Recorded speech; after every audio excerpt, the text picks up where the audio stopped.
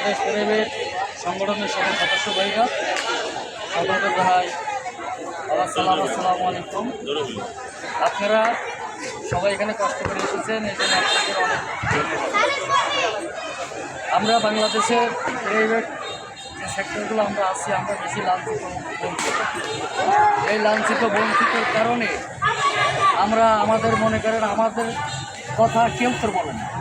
আপনি দেখেন বাংলাদেশের সবার কথা বলে, গার্মেন্টস শ্রমিকদের কথা বলে, রিক্সাওয়ালার কথা বলে, কিন্তু বাংলাদেশে দেখেছে ড্রাইভার সংগঠনের কথা কেউ বলে। কেন? ঘটনা কি ভাই বলেন?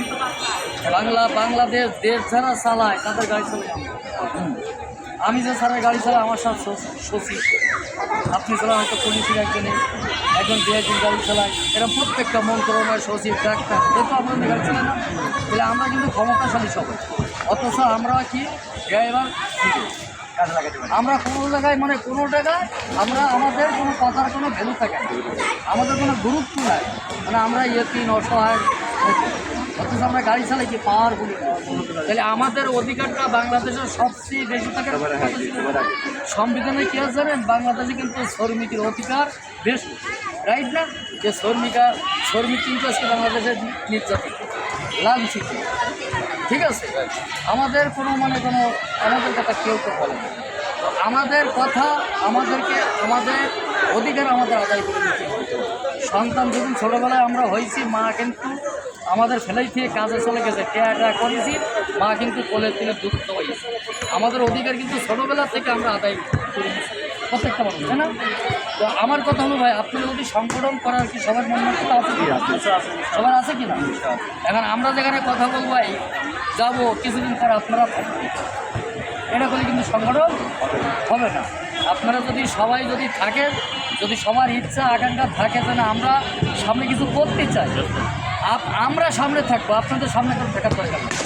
আপনারা খালি আমাদের সাথে একতা থাকবেন, আমরা ডাকলে আপনারা মিটিং হোক, যেখানে যাওয়া লাগে সব আমরা যাবো, কিন্তু আপনাদের থাকতে হবে। আমার সাথে যদি 100 লোক থাকে, 500 লোক থাকে, তাহলে আমার একটা শক্তিশালী হবে। আমি এক জায়গায় একটা আমার অধিকারের দাবিটা বললি, সে বলবে যে ভাই ঠিক আছে বিষয়টা দেখতেছি। আর আমরা যদি 2-3 জন যাই, আমাদের হবে? দেখবে কেউ? এই জন্য আমার কথা হলো ভাই, আমার সংগঠন সদস্য থাকতে হবে, লোক থাকতে হবে, লোক যারা আছে তার অধিকার আদায় হবে। আজকে আমি দেখলাম ওইখানে যমুনার সামনে দেখেন ছাত্ররা রাখি আন্দোলন, মিডিয়া কিন্তু ঘোরা। আমরা যখন 500 লোক একসাথে আমরা যখন আন্দোলন শুরু করবো, মিডিয়া কিন্তু আসবে, আমাদের কথাগুলো জাতিসংঘের কাছে চলে যাবে। তাই তো ড্রাইভারের কথা তো কেউ তো বলবো না, অথচ রাজপথে হোক, রাজনীতি বলেন, যত ডাকলি পাশাইন বা আপনার লোক আছে না, আমার কালকে মিছিল আছে বিভিন্ন মধ্যে, হ্যাঁ?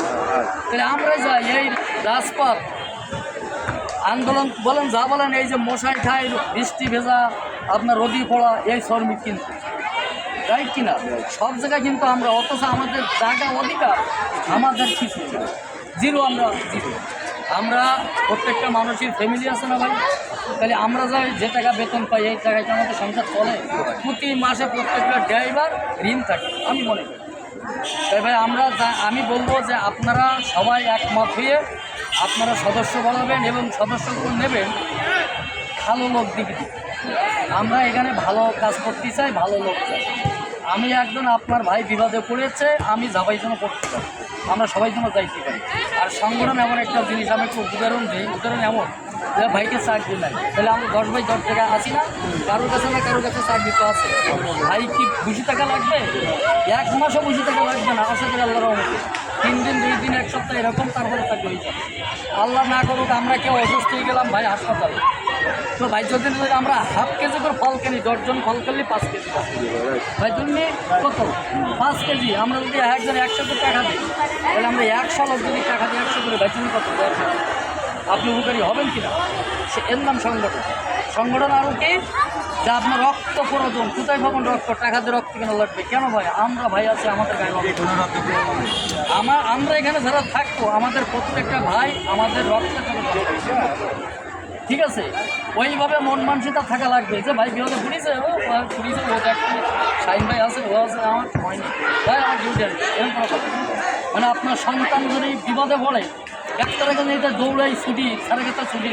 আমার একটা ভাই বিপদে পড়ি, ওইভাবে এটা হচ্ছে আমাদের ঐক্য জোট হচ্ছে এইটা। সিঙ্গার মতন বাঘ যেরকম শিকারি করে রামপুরকে বলে দেখছে না ওই রকম সংগঠন হচ্ছে কি সংগঠন মানে কি একতা এই একতা যদি ঐক্য থাকে আমরা success হব। আমাদের একটা কথা সঙ্গে মানে আজকে আমরা লাঞ্ছিত বঞ্চিত কেন জানেন একটা কারণ আমরা একতা অথচ আপনি আপনার এত মেধা আপনি একটা মন্ত্রী পদ দিলে আপনি থেকে চালাতে পারেন বা একদম চালাতে পারেন অথচ আমরা কি জিরো আসল জায়গায় কি জিরো অথচ আমরা তো বুদ্ধি মেধা কথা জানি আমরা একটা মন্ত্রীকে মানে পদ দিলে তো চালাতে পারি না হ্যাঁ আমরা মনে করি হ্যাঁ আমরা দেখি আর আমরা ড্রাইভার কত সম্মান এদেশের রাষ্ট্রপতির সামনে বসে আমরা প্রধানমন্ত্রীর সামনে বসে আমরা হ্যাঁ পুলিশের এসপির সামনে বসে আমরা সচিবের সামনে বসে আমরা কিন্তু সবাই সামনে কিন্তু ওই বেলায় আমরা পিছিয়ে আমরা এমনটা চাকরি করি আমরা বাংলাদেশের যত বড় নামি দেবে লোক সবার সামনে থেকে আমরা কিন্তু আমার দুঃখ আমাদের কোনো দাম নাই সম্মান নেই কেন ভাই আজকে আমরা আপনারা 500 লোক একসাথে হন আপনারা প্রত্যেকটা জায়গায় সংগঠনে এরকম মোকাবিলা হবে আপনার সদস্য যদি একজন করে বাড়াবে মাসে মনে হয় 30 ভালো হ্যাঁ 100 সদস্য হোক এই 100 সদস্যতে একটা ব্যক্তি একজন দায়িত্ব বেশি দায়িত্ব নেওয়ার দরকার তাহলে ভাই এইভাবে হলে সংগঠনের মূল গঠনতন্ত্র হচ্ছে এই ঠিক আছে নিয়ম নীতি তো আমরা যদি ঐক্য থাকি আমরা যদি একসাথে কাজ করি তাহলে আপনার আমার জাতি আমাদের সম্ভব আমাদের পাশার একটা গ্রুপ আছে তারা কিন্তু এখন আমাদের